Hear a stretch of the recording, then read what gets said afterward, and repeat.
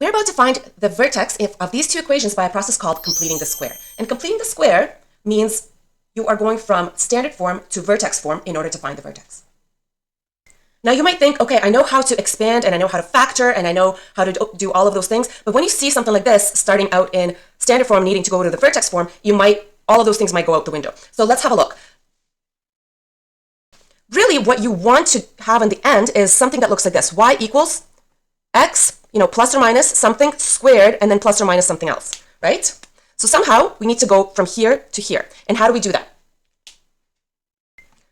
Let me give you a little side tutorial about perfect square trinomials. So let's say I want to expand something that looks like this, x plus 5, all of that squared. Well, in order to expand that, I would write that as x plus 5 times x plus 5, right? Because I'm squaring this binomial. And so now, once I expand that, I can just multiply all of the values, first, outside, inside, last. Some people call it FOIL, and that's going to look like this, x squared plus 5x plus 5x plus 25. And when I simplify that, that's going to look like this, x squared plus 10x plus 25. And this is actually known as a perfect square trinomial because it was a binomial that got squared. And now, once I get a little bit more comfortable with it, I can tell myself, okay, I don't need to really go through all of these steps. I know that my middle value is going to be double of this, and my last value is going to be this number squared. So 10 is double of 5, and 25 is 5 squared. So by the same essence, I can find other perfect square trinomials. So let's say I said I have x squared plus 20x plus something else, and this is what would make this a perfect square trinomial. Well, I know that if I take half of this value, which is 10, and then square it and put it here,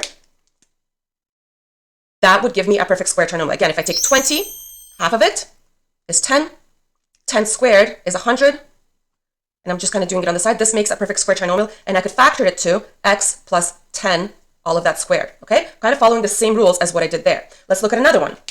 Let's say I said I have x squared minus 6x and then plus something else.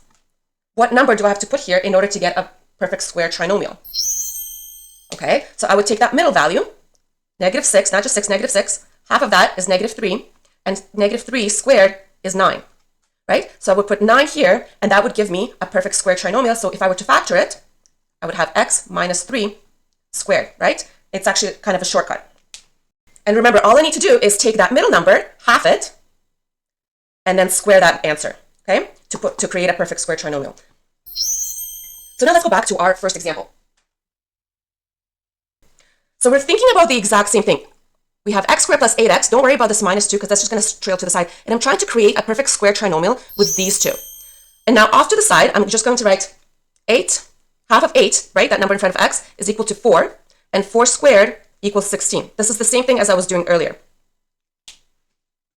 Okay, so this is where a lot of people get confused, but please stick with me. I'm just going to rewrite this equation, or this part, x squared plus 8x. And now, instead of writing minus 2, I'm actually going to write plus 16, this number, minus 16, and then minus 2 again. I know that this gets very confusing, so why did I do this? Well, I'm actually trying to write out a perfect square trinomial, x squared plus 8x plus 16. Except, I can't just write plus 16 out of nowhere, so I write plus 16 and minus 16 because these kind of add up to 0, so they're not really hurting the balance of the equation. These two are equivalent. But now I have my perfect square trinomial, and if I were to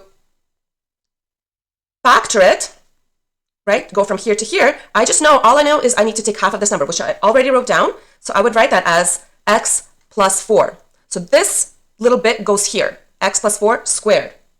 Now, what do I do with the trailing part? Well, I need to combine them as well. So I have -16 minus 2, and that would be minus 18. Okay, that's literally all you need to do. You literally just need to take 1, 2, 3 steps in order to find the vertex when your a value is 1. The only thing I'm missing here is I didn't write out my answer. If I was your teacher, I would actually dock you half a mark. So you need to finish it with the vertex is -4, -18, right? My h and k value. And why did I write -4 instead of +4? Because my vertex form is x minus h squared, right? So I have to take the opposite of what is here, and then the same value here for that y value. I'm going to do one more quick example. Y equals to x squared, let's say minus 6x plus 5. So again, I don't have an a value here, or rather the a value is 1, so nothing in front here, which is a little bit simpler, but I have a negative. So you do this one a little bit differently. So let's have a look. Really want to complete the square using these two values aside, off to the side, not in line with my work. I write, okay, so -6, stay with the negative. Half of that is equal to -3. And I can't just write -3 squared like that because I need to be squaring that negative as well. So -3 squared is +9. Now I take this number and rewrite my expression x squared minus 6x. And now I add and subtract this last number, this number here. So +9 minus 9 and add the 5. We're just carrying it through. So these three terms create my perfect square trinomial. And I don't even really need to think about how to factor it. It's going to be x minus 3 squared. And how do I know that? Because I just found that value 10 seconds ago. And then these two, I just combine them to -4. -9 plus 5. You see, so it only took 1, 2, 3 steps in order to complete the square and find the vertex. The only thing is I need to write out my answer. The vertex is 3, +3, right? Because this is a negative and we take the opposite, and then -4. And that's it. That's how easy it is. So my last example is a little more challenging because it has an a value that's not 1, so it has something out in front. So I do have to take one extra step. And as long as you pay attention, it's all going to turn out fine. Let's have a look at what to do. So I actually need to factor this a value out of my equation, but I really only need to factor it out of the first two terms. Factoring out of the last term would just make it a little bit messy. Okay, I'm only factoring out of the first two. So if I factor out 3, in brackets, I would have x squared, and then 12 divided by 3 is 4x. Close the bracket, and still write out that 5.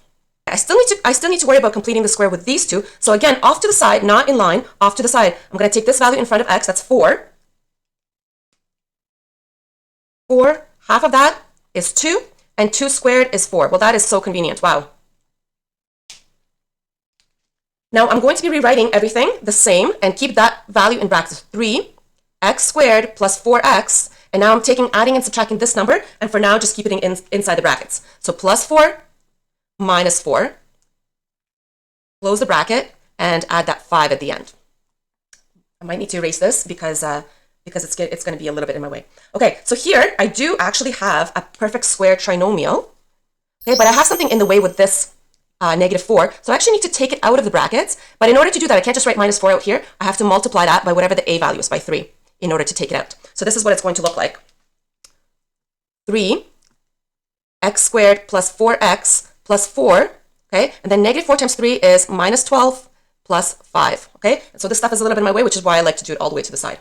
You can actually kind of skip the step once you get used to it. This is a perfect square trinomial.